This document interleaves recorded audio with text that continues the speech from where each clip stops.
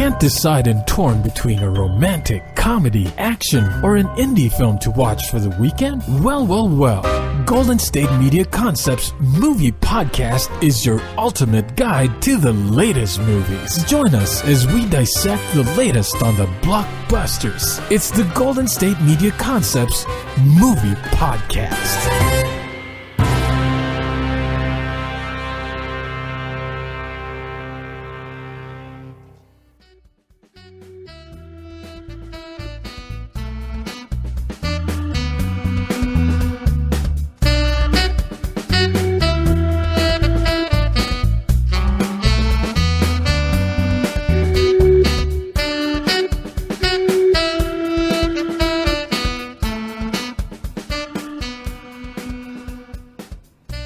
Hello and welcome to the GSMC Movie Podcast, brought to you by GSMC Podcast Network.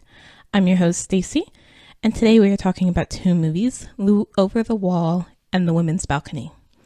The first movie, Lou Over the Wall, is an animated feature out of Japan, which is about a mermaid who meets a young boy who happens to like music. I didn't know much going into this film, and I know I say that quite a bit. I had seen the poster at the movie theater, and it looked sort of Miyazaki-ish, even though I knew it was not a Miyazaki film. I think I may have mentioned on this podcast before, or on a different podcast, that I have not a problem per se with Miyazaki films, but that I don't enjoy them as much as other people just because my sort of common sense of safety alarm keeps going off, and I'm just like, why are you all so super calm about things that would freak me out?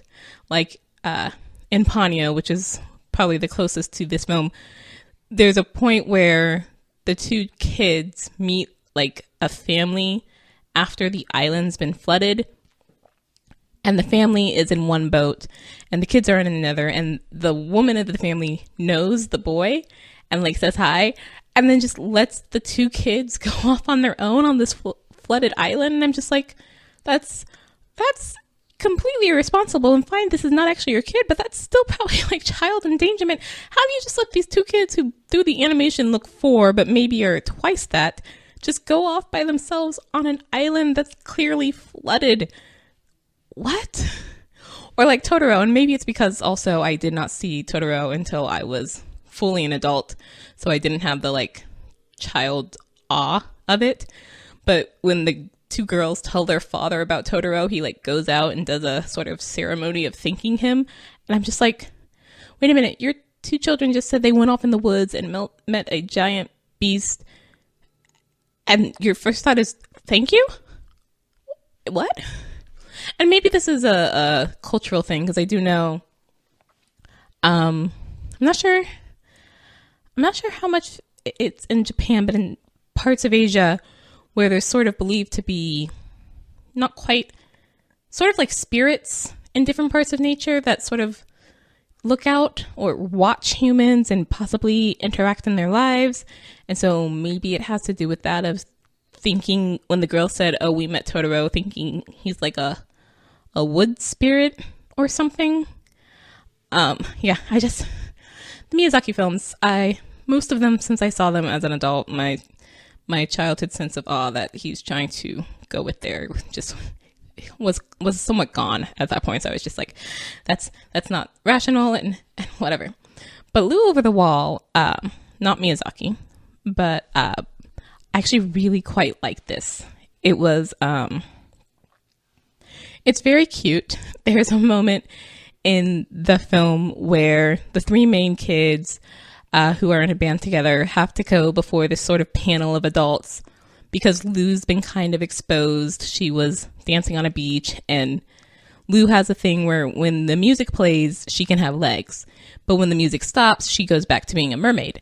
And so the music was playing, and then it stopped, and then it was playing, and then it stopped. So a lot of people saw that this appeared to be a real mermaid, and the panel of adults wants to know where the mermaid is and how to get her to do this again, because that drew a lot of tourists to their really small town. And so they're hoping to sort of revitalize their town, which has a sort of fading fishing industry, by creating this tourist attraction with the real mermaid. And at one point, one of the adults on the panel is the girl in the band's grandfather. Well, actually, there's two adults on the panel. One is her father and one is her grandfather. Her father is very sort of uptight and businessy and only thinks about doing rational things. Her grandfather is more loose and freestyle. He's got a cowboy hat, and he sort of speaks in the American dubbed version with the cowboy accent. I'm not sure what he sounds like in the Japanese, but presumably he still also has a cowboy hat in that one. But he at one point, the grandfather is like, I normally thought, so the people of the town actually don't like mermaids because there's a whole legend about how terrible they are. So the grandfather's like, I always thought merfolk were like creepy and scary or whatever, but that was the cutest thing I've ever seen in my life. And he practically like yells it. It's just like, yeah, it really is. There are a number of moments where I had to like sort of refrain myself from going, oh, because she really is very cute at times. Her ability to talk is somewhat limited, so she doesn't speak in proper it's not clear how old she is, because when she has legs, she sometimes can be taller and then sometimes looks like a very young child, but the way she talks is not full grammar, so it's like, Lou, friend, Lou, everybody, friend. And it's just like, stop. I cannot deal with the adorableness. There's a moment where the two of the bandmates ask her if she wants to do her performance again, and she starts spinning around in the water while saying, Lou, everybody like, and I was just like, I need you to stop, move on to the next scene. I'm getting too caught in the cuteness here, and I also feel like the main character, Kai, that this is not going to go well, so I cannot be distracted by the cuteness right now. But she is just so adorable. The other characters, the three main kids are, I believe they're not yet in high school. It's actually kind of hard to tell most people's ages in this film. I thought the kids were in high school, but I don't know why. But then there's also Kai's father is in this film, and I thought that was his older brother for like so long until they actually specifically point out that, oh, hey, this is dad, and dad had a band. I was like, well, what? That's your... Oh, okay. All right. Going on. This film is taking sort of traditional mermaid things and not quite turning it on its head, but it's definitely not the way mermaids are traditionally thought of in this film. They're almost actually thought of kind of like vampires. They can't go in the sun for some reason, or they'll like burst into flames. And I'm just like, okay, this is vampires with fins. Whatever. Moving on. Continuing on. Oh, she's so cute. So it's a little strange. And Lou actually at one point has her father comes to town, the town that she's been spending a lot of time in because she's spending a lot of time with Kai. And while Lou looks sort of humanish, especially when she's got the legs, although her hair always seems to be somehow a floaty water bubble, her father is a giant shark in a suit with a hat and a pipe. And again, the problem I had with Miyazaki, no one really remarks on this. Like, all the people of this town kind of look at him and are like, but then treat him like a regular person. So at one point, they think he's supposed to be the person teaching them how to process fish, because again, this is a fishing town, and so they do what he says. And then later, he's somehow been like made a board member of some company or something. And I'm just like, nobody's gonna remark on the giant shark with the hat and pipe. What? You can tell he's a shark. Like, it's not hidden in the animation at all. That is a shark. But okay, animations, just all the strange things in life are wonderful, I guess. Maybe I should just sort of try and live my life as if I wasn't, except no, because they can do accidents and falling things that would probably kill me easily much better than I can. But try and find my animation sense of childhood awe again that I've clearly lost.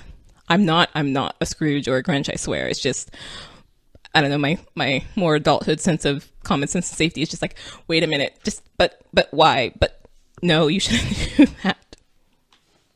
But I mean, maybe this town is just all more open, because at one point after her father's come to town, he's done something to the fish that they take to sell, so that later when one of the fish has been sold to this sort of sushi shop, the customer is remarking how fresh and plump this fish is, almost as if it just came out of the sea. And the sushi master, chef, is like, it's the processing. And then you see this fish skeleton sort of bust out of the fridge, or it's not clear. I thought it was a fridge, but I'm not sure why a fish skeleton would be in a fridge, but sort of busts out and walks on its hind fins out the door. And the customer is just like, and the chef's like, it's the processing. And I was just like, wait a minute. None of you are going to talk about the walking fish skeleton? Does that happen, semi-regularly? That it's the processing and that explains it?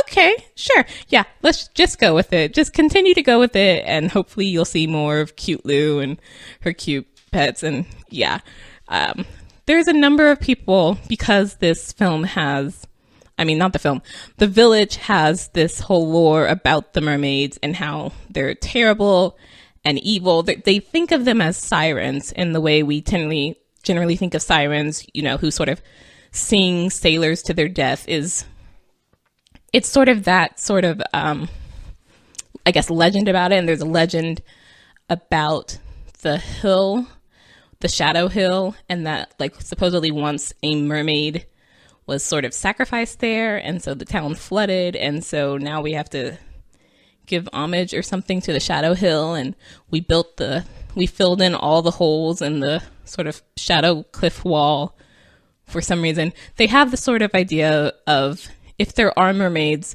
we heard they were dangerous, but we don't actually really believe they are mermaids until we see one. But that means that there are a couple of characters who are generally older, because it's always the crazy old people who actually know what they're talking about or whatever, who actually really do believe in mermaids and do believe they've seen them and hate them because the mermaids took people they love from them. There's a character that in the American dub version is titled Granny Octopus, who always walks around with this long spear and just sort of spends every day looking out at the cove trying to find a sign of mermaids, because the mermaids took her love from her when she was real young.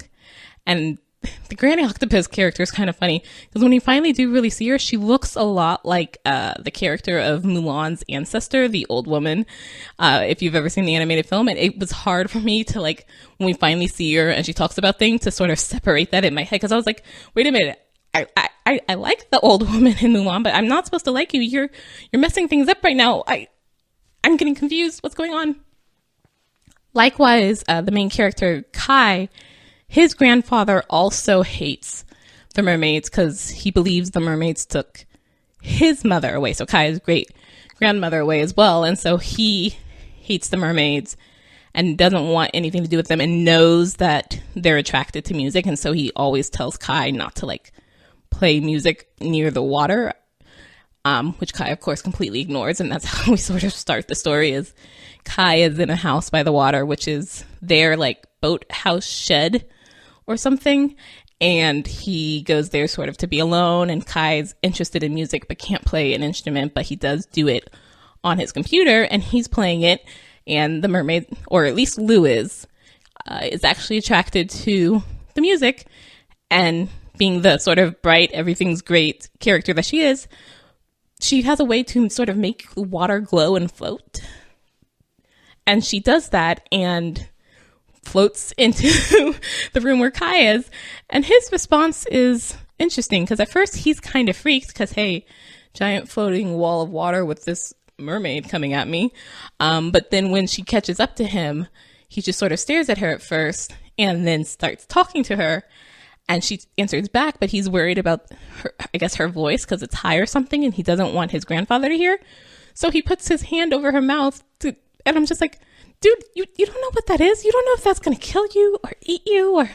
Yeah, for all that I am clearly not go with the really strange flow enough to survive any sort of these anime films, I really did like this film. I thought it was very cute. There's a moment at the end with umbrellas that I won't talk about, that nearly made me cry. And then the very ending is sort of, is that the end? Is there a sequel to this film? I'm not quite sure what that ending is telling me, saying, doing. I kind of really want more, but overall for most of the film, I actually really liked it. And Lou possibly is the cutest thing I've ever seen in my life. So we're going to take a short break. Stay tuned. You're listening to the GSMC Movie Podcast. Tired of searching the vast jungle of podcasts? Now listen close and hear this out. There's a podcast network that covers just about everything that you've been searching. The Golden State Media Concepts Podcast Network is here. Nothing less than a podcast bliss with endless hours of podcast coverage. From news, sports, music, fashion, cooking, entertainment, fantasy, football, and so much more. So stop lurking around and go straight out to the Golden State Media Concepts Podcast Network. Guaranteed to fill that podcast itch. Whatever it may be. Visit us at www.gsmcpodcast.com. Follow us on Facebook and Twitter, and download us on iTunes, SoundCloud, and Google Play.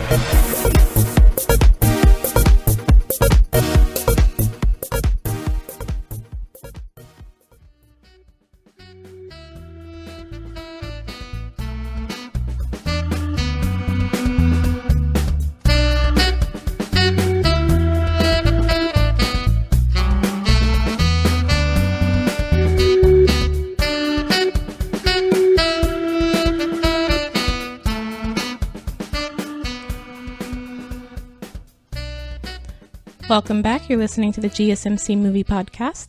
Our second film today is The Woman's Balcony, an Israeli film that deals with the members of a small synagogue, or at least I think it's small.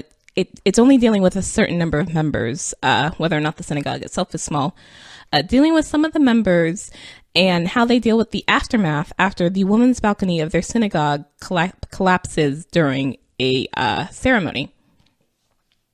So if you're not Jewish, there's probably some things in this film that will go over your head. There's definitely some things that went over mine. I'm not sure. The women have their own separate area because, again, I'm not Jewish. There's also, and the sort of main thing that starts this film, even beyond the collapse of the balcony, is that the men of the synagogue want to get together and do a prayer or a Bible study. It kind of gets translated as both. And they need 10 men to do it for some reason. I'm not quite sure why. They need 10 men. I think they call it a quorum. And so they only have the main four men that we generally deal with. And they kind of try asking other men in to pray with them. And they don't get any luck at first until they ask this young Rabbi David, who agrees, but then sees they only have four. So he's like, wait a minute, and goes and brings back a bunch of people with him so that they have enough so that they can do the prayer.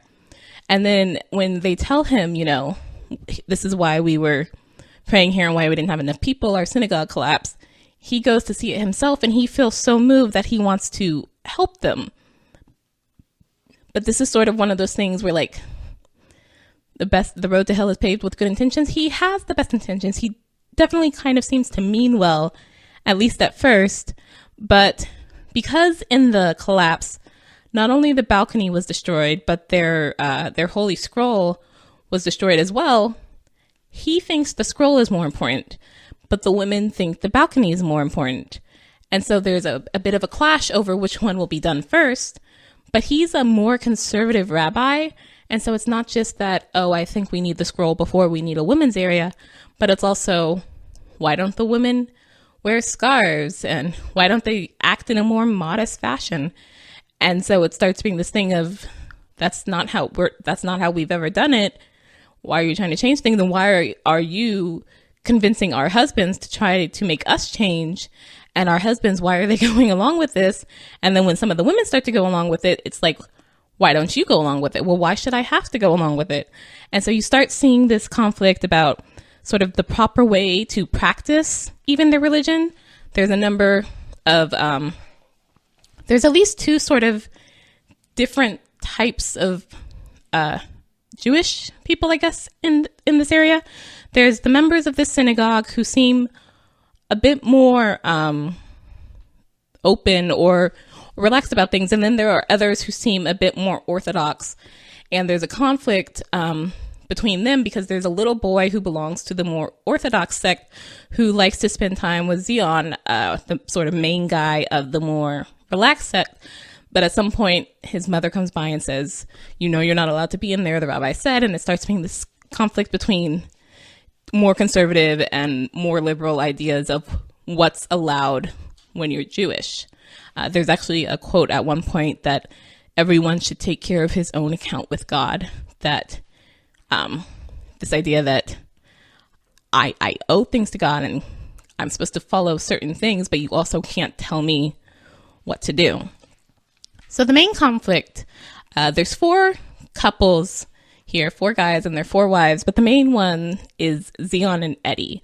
It was their, I believe, grandson's bar mitzvah when the balcony collapsed, and they're sort of the main no, I'm not quite sure what to call it. Zion is supposedly kind of in charge of the synagogue, but he's not the caretaker of the synagogue. There's a different person, but the original rabbi at one point chides him for not fixing a window in the synagogue, like it's his responsibility. And then when that rabbi sort of becomes mentally ill, he is the one who repeatedly goes to his house to check on him, even though he's hired a caretaker to be there, but he still goes by to check on him. So he's sort of the most responsible, and Eddie's sort of the first lady, if you will, of the synagogue. But then when the new conservative rabbi comes in, some of the other women are convinced to sort of change their ways, and Eddie's not. And so at one point, it's really sort of Eddie versus everybody else.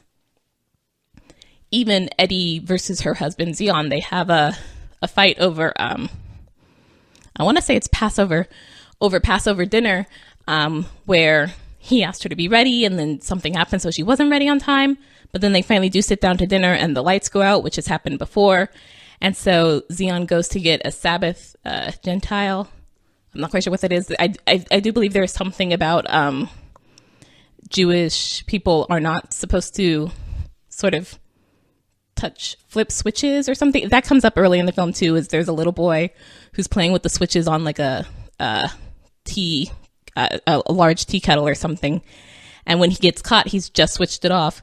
And the woman who chides him is like, you want to hit it one more time just because? And he says no. So she's like, okay, go to your mother, and then hits it herself. And then she's later one of the people who becomes most conservative after the new rabbi comes in. So it's sort of like knowing I guess she feels a bit reticent over past sins she's done.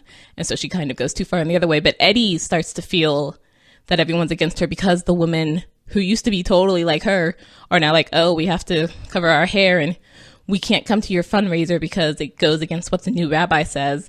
And then her husband's also very taken with the new rabbi. So when they have this argument over whether or not they can use a Sabbath Gentile to turn on the lights, the conservative rabbi says, you can't use a Sabbath Gentile, that ruins the holiday. And she says, well, we can't eat in the dark, that ruins the holiday. And he kind of ends up winning. And so she really at one point feels like there's nobody on my side.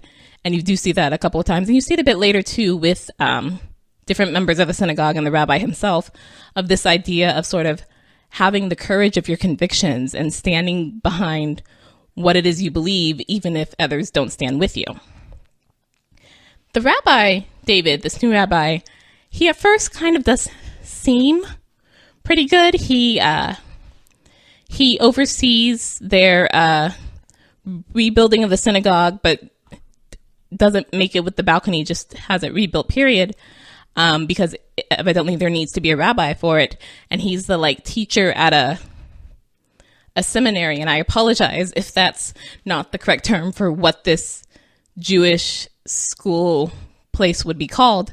But then he later, as the movie goes on, starts to seem a bit, not evil, kind of a bit misogynistic. He goes on a rant, and this is what sort of starts the first argument between the men and their wives about women and the way women are described in the Holy Book, and how a woman is somehow considered the equal of the Torah, even though she never studies it, but men have to study to get to that level.